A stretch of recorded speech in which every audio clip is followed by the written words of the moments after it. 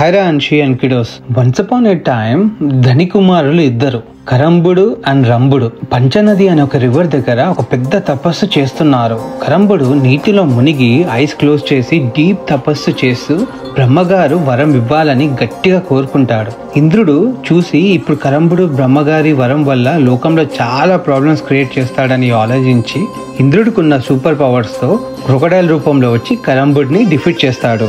రంబుడు చాలా అప్సెట్ అయి అగ్నిగోడ్కి వర్షిప్ చేసి ఎలా అయినా బ్రహ్మగారి బ్లెస్సింగ్స్ పొంది తాను సాక్రిఫైస్ చేసుకోవాలని రెడీ అవుతాడు.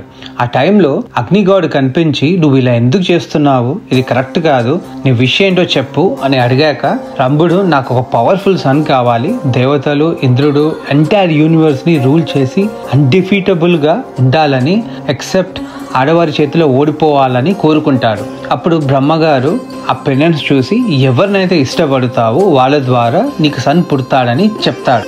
రంబుడు యక్ష అనే లోకంలో ఒక గేదె మహిషాని చూసి ఈ గేదె ద్వారా సన్ని కావాలనుకుంటాడు. ఆ గేదె కడుపులో ఒక పవర్ఫుల్ బేబీ పెరగడం స్టార్ట్ అయింది. కానీ ఒక టైం వచ్చినప్పుడు రంబుడు ఒక దున్నపోతు చేతిలో డిఫీట్ అవుతాడు. రంబుడు లాస్ట్ రైట్స్ చేస్తుండగా ఆ గేదె కూడా ఫ్యూనరల్ ఫైర్ లో వెళ్ళిపోతుంది. అప్పుడు పుడతాడు మహిషాసురుడు.